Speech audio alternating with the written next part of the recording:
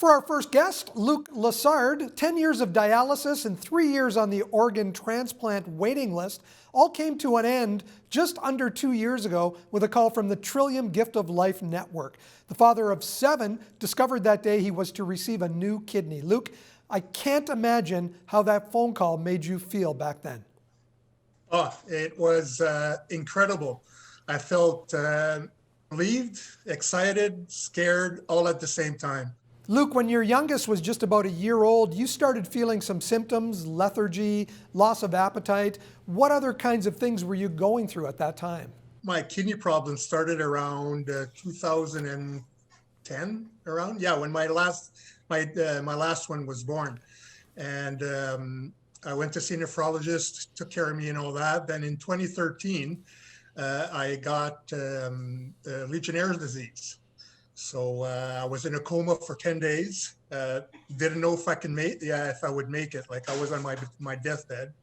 Survived that, but it destroyed my kidneys. It shut down my kidneys. I had to go on emergency dialysis. And then I went on. My kidneys were getting better, but gradually they were deteriorating. Then in 2016, I went on home dialysis. So the dialysis I used, I could do it during the night while I was sleeping. But on Thursday, September 12th, my kidney transplant was Friday, September the 13th, my luckiest day. So anyways, I got the phone call Thursday morning, and all they called me, there's a potential kidney donation, pack up and go to St. Joe's in Hamilton. And there we went there, and we waited all day, all night, and batteries of tests that they had to take to make sure that I was healthy and ready enough to receive the kidney. And then the day after, 6 hours in the operating room, and I received the kidney. Were you afraid that day, not having a lot of time to think about going under the knife?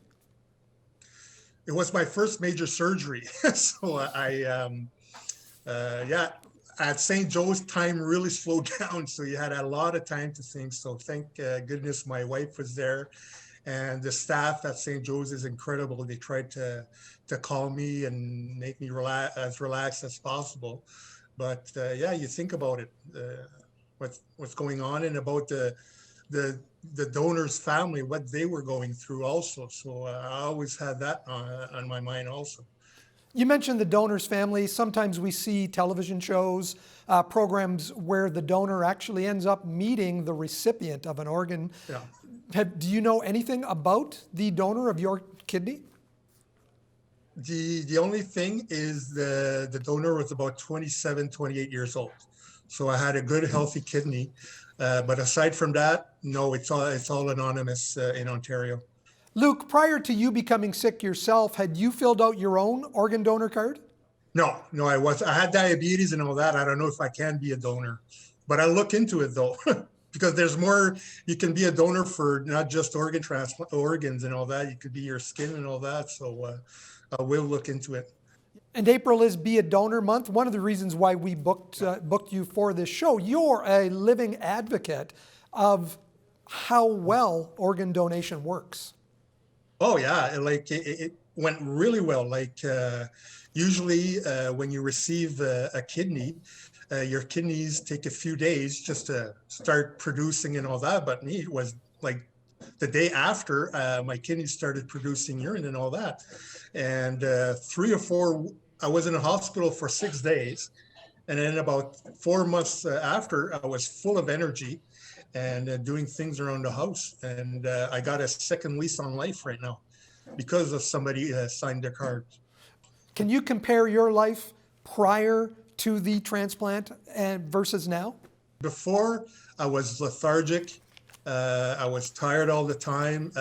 My mind was foggy. I had a hard time thinking. Appetite wasn't there. And now I'm full of energy. Like, I participate more with my family activities. Before, I was just a bystander looking at them doing whatever. But now I'm full participant and I love it. Well, Luc, I bet your wife is really happy with 7 kids from age 11 to 23. You need a lot of energy. Thanks so much for joining us, and thanks for being such an advocate for organ donation.